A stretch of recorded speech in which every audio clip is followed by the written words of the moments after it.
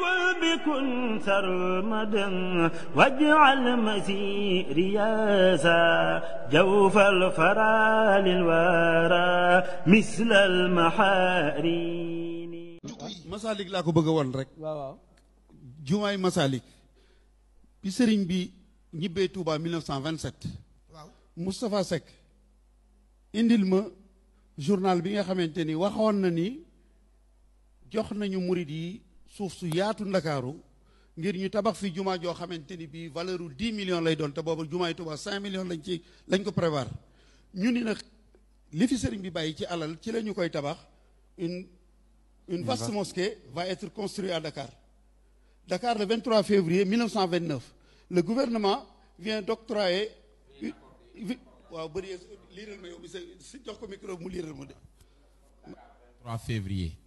Le gouvernement vient d'accorder une importante concession de terrain à la secte musulmane des Mourides pour construire une vaste mosquée qui coûtera environ 10 millions, mais dont les frais seront en grande partie couverts par d'immenses richesses laissées par le marabout Ahmadou Bamba, lequel y sera enterré. kon ñoom waajaloon nañu la ñu waxoon ci njaareem ni nañu yóbbu sëñ bi Touba.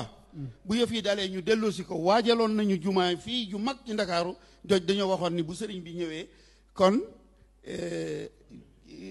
Masalik 1920 tey problème bi nag mooy ana suuf sax ndax titre foncier la woon loolu lu jara gëstu la jar na dem domaine xool ndax lii ça date du mois de février 1929 waaye nag bi may tàggatoo ak yow rek dimbale leen ma jërëjëf Serigne Touba ji tubaab bi sëñ bi yow nga liiral ma tekki ko murid yi dégg ko ndax man takk ko écran bi dafa ma sori liiral lii journal bi ko bind mooy mémoire de la Loire et de la Haute-Loire ca Saint-Étienne la daan génn journal bi ñu ngi ko créé en 1854 nga xamante ni ñi ni sëñ bi 53 la feeñ bi sëñ bi feeñee ba ca déwén sa lañ ko créé ñi ni sëriñ bi 1855 la feeñ kon journal bi dafa jël ba ci ndànk mu lire ko.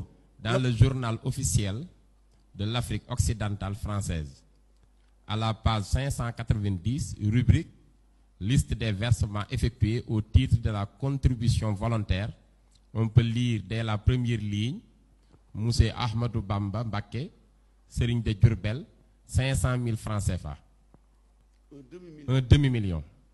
Lorsque le président de la République a versé au même titre, c'est-à-dire 10 fois moins, le monde entier en fut avisé par les agences de presse.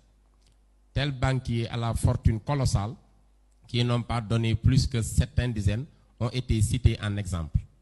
Rendons à Ahmadou Bamba l'hommage qui lui est justement dû et rapportons-en une part sur nos administrateurs coloniaux qui ont suscité de pareils dévouements.